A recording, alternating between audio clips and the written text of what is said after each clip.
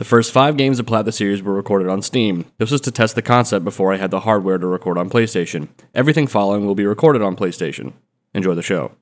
The Elder Scrolls series has 5 games at the time of this video, with a 6th on the way, and lets us just secretly another Skyrim re-release. No! God, please, no! Of these 5 games, only 2 of them have trophies or Steam achievements, those being Elder Scrolls 4 and 5. Technically, Elder Scrolls Online has trophies, but remember our no multiplayer rule. We will be playing the remastered version of Oblivion today because that is the only version with trophies, and although it did come out after Skyrim, it'd feel weird to play 5 before 4. There are a total of 135 achievements/trophies for us to hunt, with a total time allowance of 210 hours. 60 of those achievements we'll be grabbing today. Oblivion part-time is 40 hours, that means we have a big man pajama coming with Skyrim, good lord. Jesus Christ.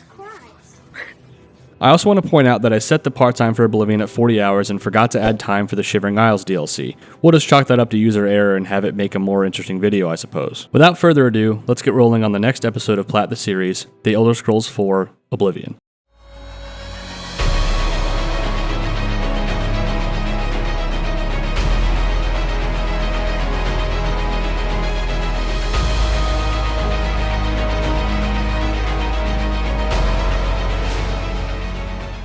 In the year of our Lord 2006, many were prepping for what would probably become the best year of gaming in their lives in 2007. I was an Xbox kid back in the day, so I was enjoying games like Peter Jackson's King Kong, Tony Hawk's American Wasteland, and Call of Duty 2. Then, my eyes were opened. While perusing my local Blockbuster video, I stumbled upon the Elder Scrolls 4 Oblivion, rated T at the time, and decided to give it a swing. I immediately fell in love with the game, and to be honest, it's my earliest memory of trying to get all achievements in a game, so really, I can blame all my attention span and dopamine addiction issues on this one origin point. Very nice. Fast forward nearly 20 years to April 2025. Oblivion was a game I never really returned to after moving away from Xbox since it never had trophy support on PlayStation or Steam achievements. I had heard rumors about a remaster for Oblivion, but kept my expectations managed. I was at work when they did the live stream reveal of it, and I was so happy, but still imagined it was months or even a year away. Then, they did the most insane shadow drop of my lifetime. It was available to play that same day. I'll never forget as I was immediately packing up my things and leaving work, my friend said to me, "I don't think I've ever been as excited for anything in my life as you are for this game right now." Something about that statement made me really appreciate gaming in that moment, because there will always be things to be excited about until the end of time. The steps for this platinum are simple. We'll be going through the main quest, each faction's quest line, and the Shivering Isles DLC quest line, though not necessarily in that order. This game has no fancy achievements or anything miscellaneous. You literally just have to clear those quest lines. Now before we get started, I want to warn everyone. Please save often in these games. Things bug out constantly and some random crap can happen that literally makes certain quest lines entirely missable. With that warning, let's get started. We start the game off by creating our character. This may be disappointing for some of you, but I almost always play a pretty generic sword and shield build in these kinds of games. We choose to play as an Imperial for the bonuses associated with that, and after finishing up, apparently we're in prison. We get some soft racism from our mate across the way, and then some guards come in our cell looking for a good time. Patrick Stewart tells us he's the Emperor, and it's just our lucky day as they're giving us a get-out-of-jail-free card. We say goodbye forever to our friend across the way and follow the Emperor and his buddies out of the cell. They are quickly attacked by assassins, and one of them is struck down, and we don't want her beautiful katana to go to waste, so we snag it off her corpse. We then part ways with the team and make our way through the tutorial area, slapping and bowing a bunch of rats and goblins. We meet back up with Patrick and company and choose our class. I go with Warrior because I'm a basic bitch. Sticking with them, we get attacked by more assassins and then eventually are left to guard the Emperor. Wait here with the Emperor. Guard him with your life.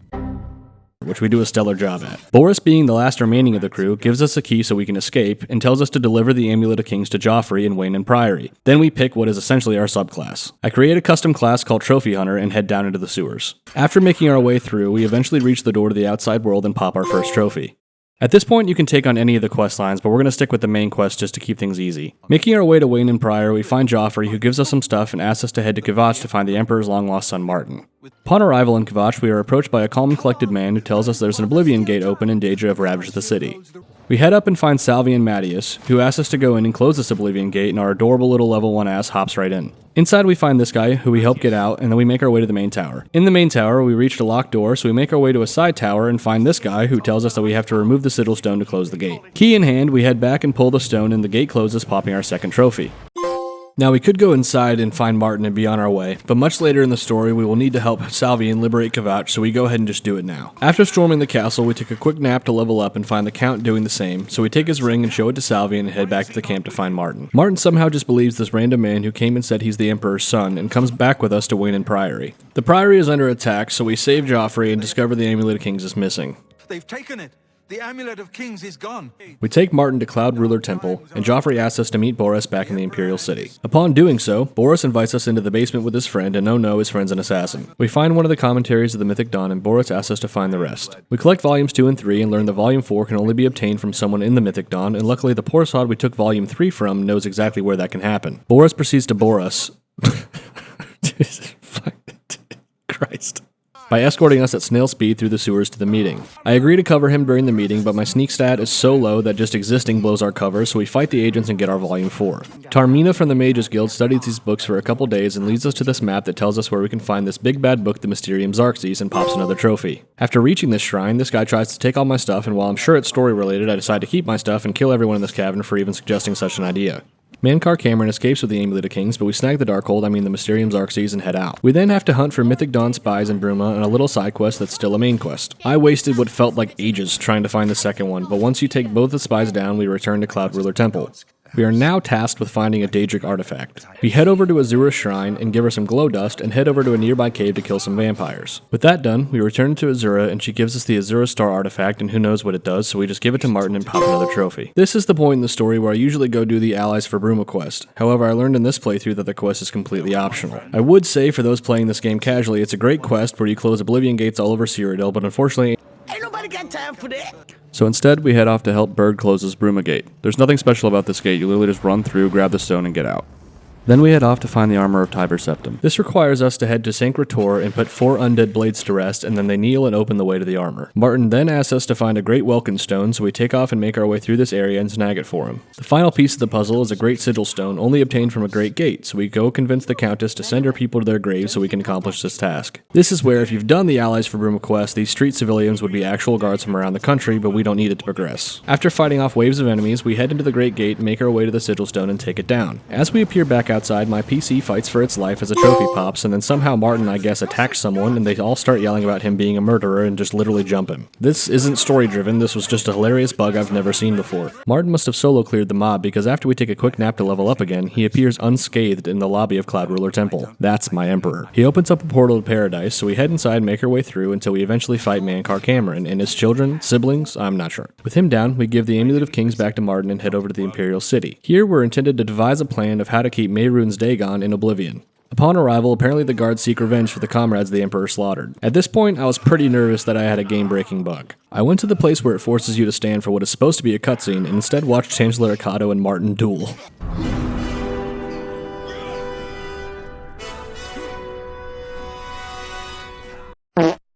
Akato prevails, but luckily Martin is in an unkillable state, so he's just knocked out. Then once he's up, it's like everyone forgot he was a murderer and we were able to move forward. I have literally never experienced that before. It was hilarious. I gotta love Bethesda. Mr. Dagon appears in his massive glory, so we go with Martin for Plan B in the Temple of the One, which is for Martin to shatter the Amulet of Kings and turn into a huge dragon and banish Dagon back to Oblivion. This ends the main story with a trophy pop and a promise of sweet armor in 2 in-game weeks.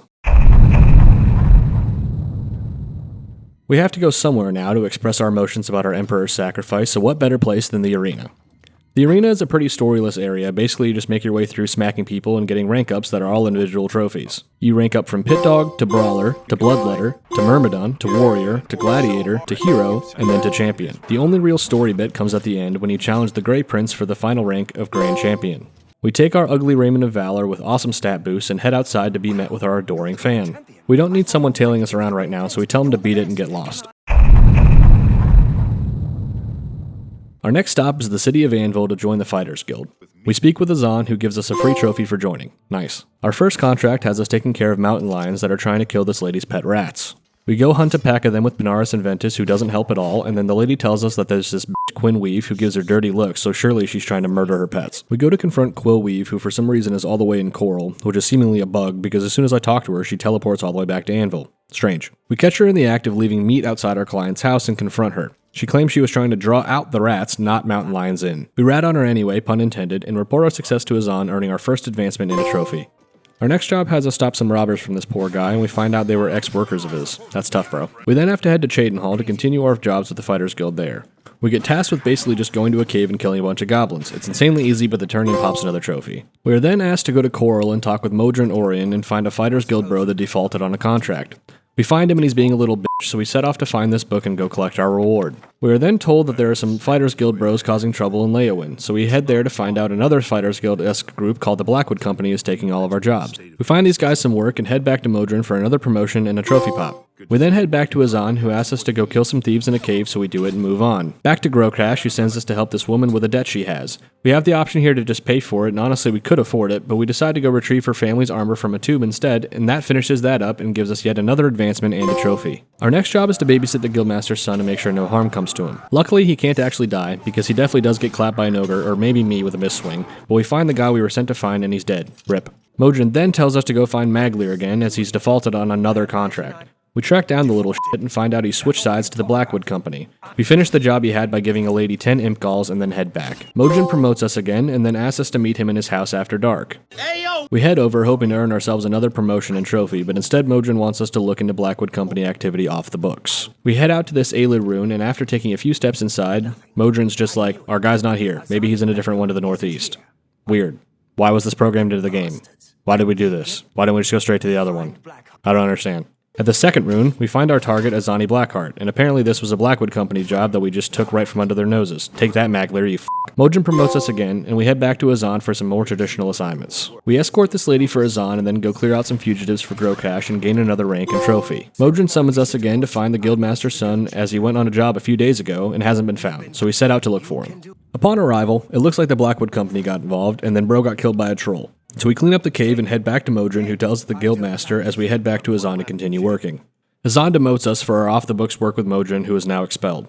We do the quest for Azan to get the secret stone back, and then head to Growcash, who asks us to go help this regal orc lady who is trapped by ogres, and good god, I just realized this quest is a Shrek reference. Of course! We gain our rank back but no trophy for it, and then set off to investigate disappearances at Harlan's Watch. They claim that lights were taking people away, but it was just these will-o'-the-wisps leading people near a cave that has trolls, so we clear the cave out and head back and get promoted to champion with a beautiful trophy pop.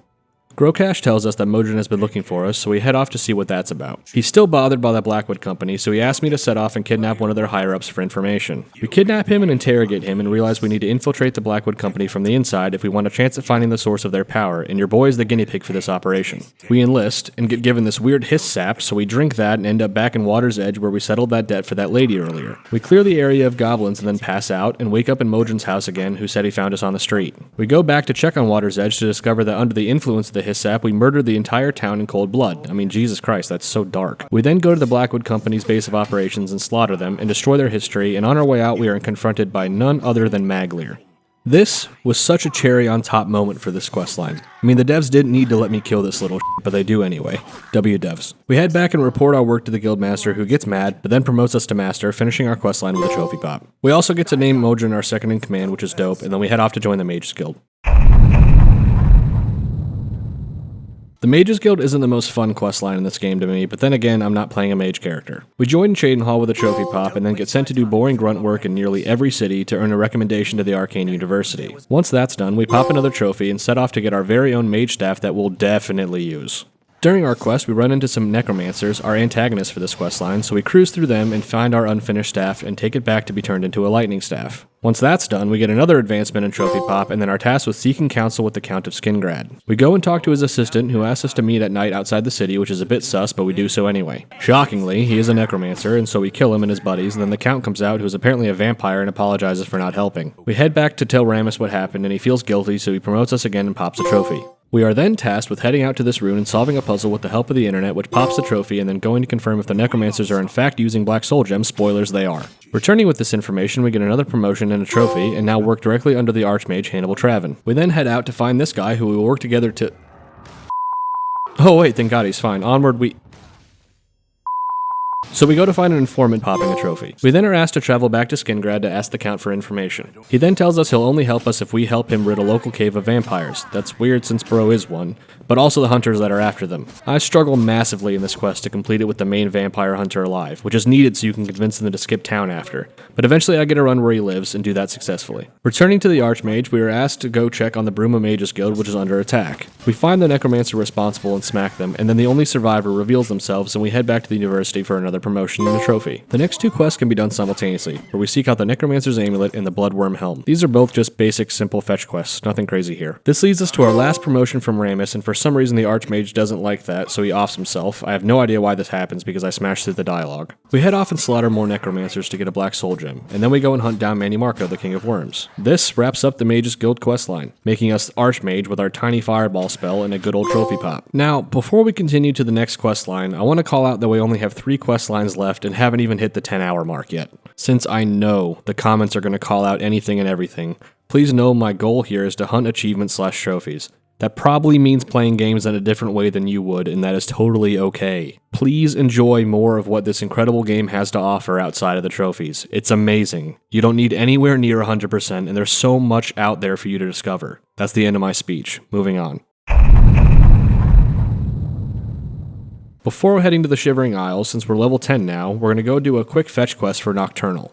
Nocturnal asks us to retrieve their eye, so we go do that, and then they give us the Skeleton Key Lockpick upgrade. This makes it so we can always spam auto attempt on every single lock for the rest of the game and it never breaks. It also gives plus 40 to security, which is dope. I've never had this before, and it will make the remaining quest lines much easier. Since we never got the quest to start the Shivering Isles, we're just going to swim over there ourselves. Fine. I'll do it myself. Upon entering the Isles and talking to Haskell, we pop our first trophy for the area. We make the trek over to Passfall and watch the Gatekeeper wreck a bunch of soldiers, so we need to do something about that. We find this guy that happens to know how to make Gatekeeper killing arrows, so we go get the materials for that and then shoot the Gatekeeper down. Now we make the long journey up to New Sheoth to meet Sheogorath, the Mad God. He gives us a trophy for making it up to him and sends us off to a rune where we'll activate a Resonator of Judgment or something. Afterwards, on our way out, we're made to activate traps onto this party of adventurers for some reason, poor guys, and then we pop a trophy on our way out. We're attacked by these cool looking dudes on the way out, so we report to Sheogorath about it and he tells us that the Grey March is coming and we have to stop it. We then have to do a quest for the Duchess of Dementia, and let me tell you, this quest is probably my least favorite of the entire game. Mainly because I don't read what I'm supposed to do. Ever. So I just run around mindlessly torturing folks until we uncover a conspiracy against Syl, and then we torch the traitor and move on to the Duke of Mania. For this quest, we have to retrieve the Chalice of Reversal for Théoden, and it's much more straightforward and enjoyable for a brain-dead idiot like myself. Completing these 2 quests pops another trophy, and then we're sent to pick a side in a quarrel, so we do, and then we make our way to this big bowl where this lady tortures herself, so then we step into it and give it a good sniff before heading back to light this brazier-looking thing with it, popping a trophy. At this point, you're going to want to make a safety save, because you're forced to decide if you want to take over Syl or Théoden. We first choose Syl and complete the quest where we have to kill her and take her heart and sacrifice it to this altar. That pops this trophy. We then reload our save and choose the other one this time where we have to steal 2 extra portions of this powder which makes Théoden hallucinate and die. We take his blood and put it on the altar, popping another trophy. Proceeding now with no reloads needed, we head out to defend the fridge from the Grey March and realize that they need a new gatekeeper, so we set off to collect ingredients to make one. Then we give them to this lady and pick our body parts, and she makes a soup with them that turns into a new gatekeeper and we pop a trophy. Then we take off to Pinnacle Rock and save some of Sheogorath's army by ringing these chimes and pop another trophy. Sheogorath has a moment now and explodes, and so we need to go get 2 pieces for a staff to become the Mad God ourselves. The first piece is a branch from this tree, and the second piece is this lady's eye for some reason. That dude there. I need his prosthetic leg. His leg? Yeah.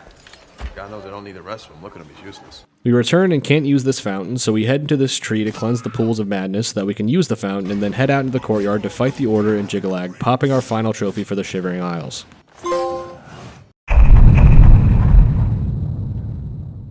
Heading back out into the real world now, we realize nothing will ever compare to the joys of madness in the Shivering Isles, so we decide to turn to a life of crime. Our first dive into this world is joining the Thieves Guild. The first quest has us steal this guy's diary, giving us our first trophy of this guild, and then we were told to just rob people and sell stuff to unlock our next special job. This is actually one of my favorite bits of the Thieves Guild, because you really do just have to be a thief and then sell to fencers, and it's so simple but really, really cool. After we do that, we get our next special job, which is to steal tax records. Pretty boring and standard, but pops a trophy. The next one is to steal a marble bust for a buyer, so we go do that, and upon returning, the waterfront is overrun by guards. We plant the bust in this lady's house and then frame her for stealing it. Go team, trophy earned. Working for Scriva now, we set off to retrieve an heirloom off a countess. I have so much trouble with this quest because over and over she was going to sleep but not putting the ring in her jewelry box. After what seemed like forever, I took to the internet and they said that if she isn't sleeping on the right side of the bed, she won't put the ring in the box, and the best way to confirm that is to body block the count as they go to bed. I'm telling you, the shit I do for trophies.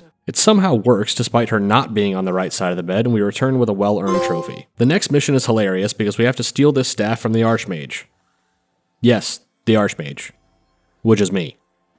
We literally just walk into our office and take the staff and head out saying hello to our pals on the way and get Hieronymus Lex to leave the waterfront popping a trophy. The next quest is a simple fetch quest, Stop right there, criminal cop!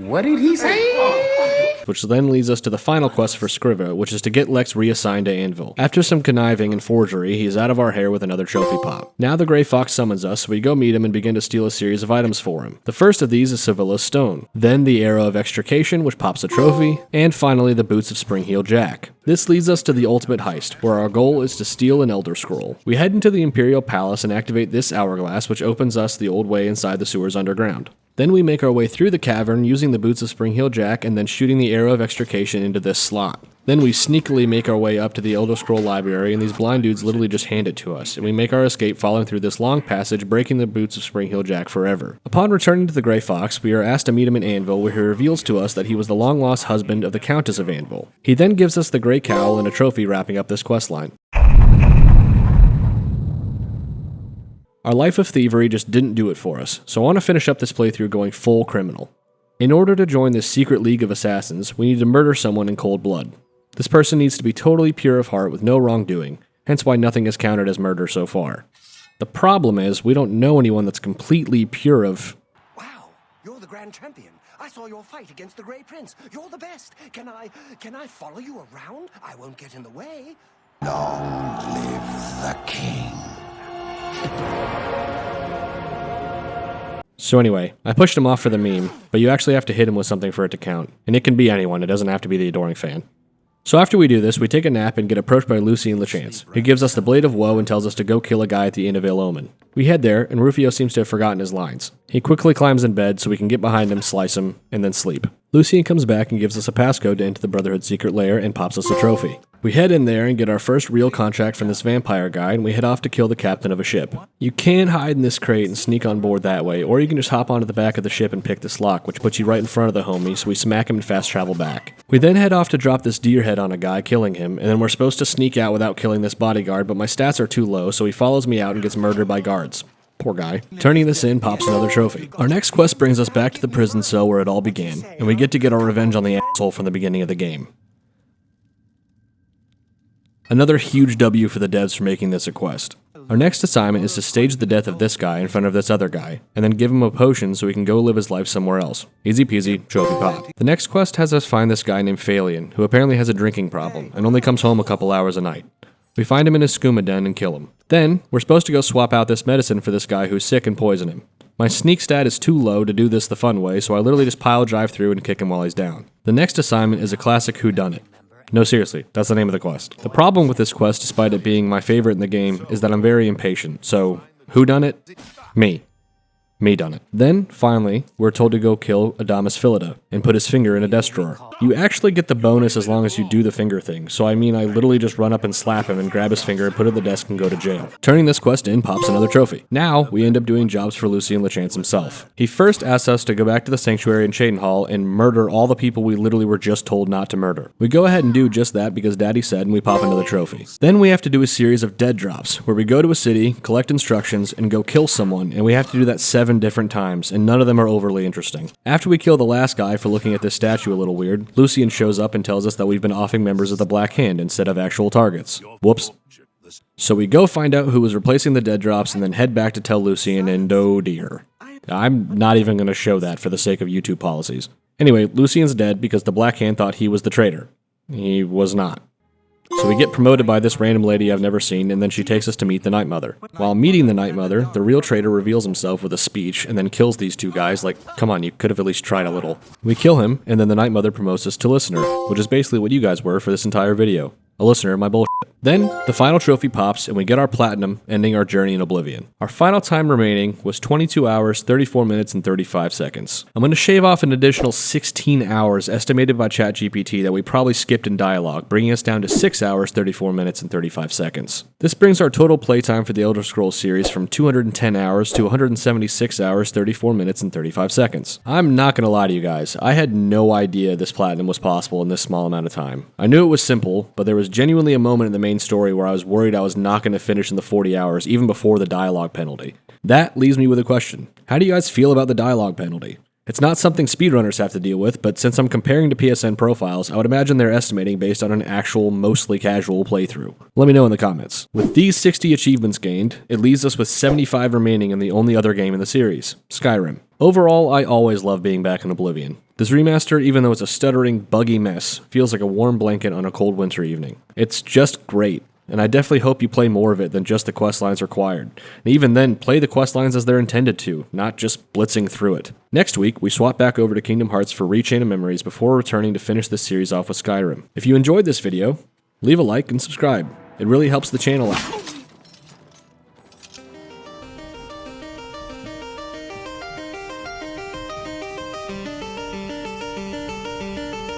What the